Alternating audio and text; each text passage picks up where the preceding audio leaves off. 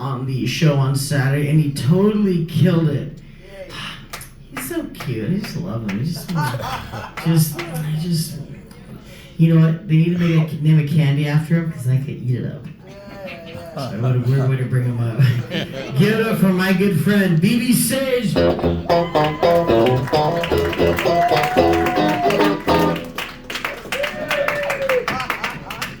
So that's a little ritual that Ezra and I do. We do just the tip of the finger. A lot of these other comedians are real aggressive and they the whole fest. I'm like, whoa, easy, buddy.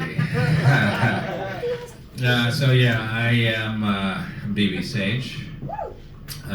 Ni ga uitaki, ni ga uitaki, ni ga uitaki.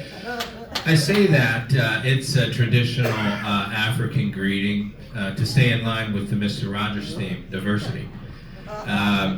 It was taught to me by my Uncle Francis, who was a member of Kaniga, or KKK for short.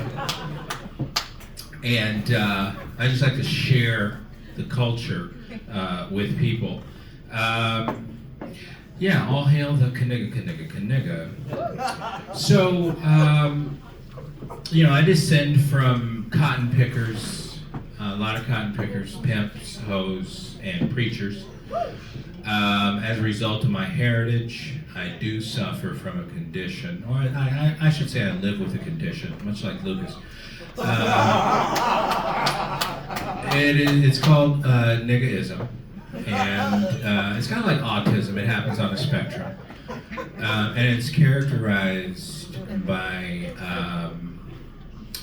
knee-jerk nigga shit, also known as KJNS. White people have it too, but they call it something different, ADHD.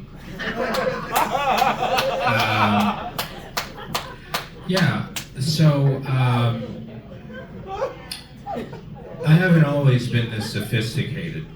Years ago, in my crack smoking days, I had occasion to be in Santa Barbara. I love Santa Barbara. The people there are really nice. So I was at a bus stop, seated on the bench, waiting for public transportation, because that's what you do when you're a crackhead. Okay? I was joined by a woman who, very sophisticated, very well dressed.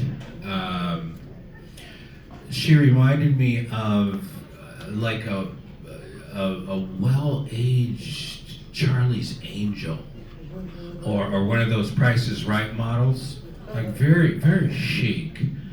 And let's see, what does she do? Oh, in fact, I started to think, I wonder if she knows Oprah. Because she kind of had a random act of kindness vibe about her. I was like, oh shit, I'm about to come up, man. Well, she reached into her purse, and that caught my attention. And then she pulled out an inhaler and took a hit. Oh, that made me stiffen up because, I had my crack pipe in my pocket. I was like, God damn.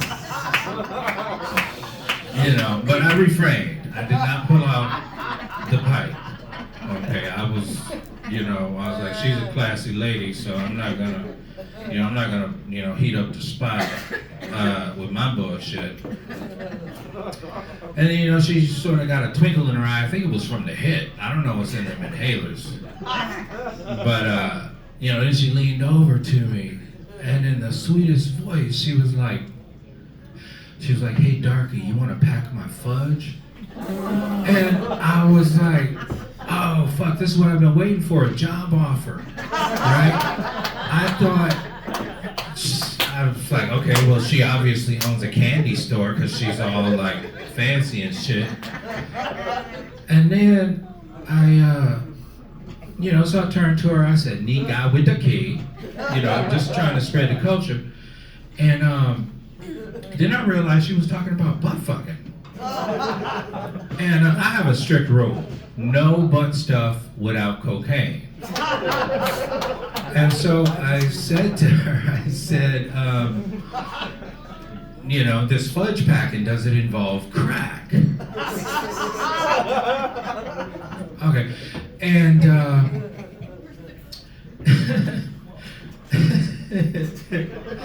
and so, you know, she like reacted like she was like taken aback, and then she stood up, and then she started twerking. She looked over her shoulder, and she was like, "Oh yeah, it involves a lot of crack." And you know, that's when I knew she had ADHD. And so I said, "Crack-a-lack-a-ding-dong," and we got on the bus. Baby Sage.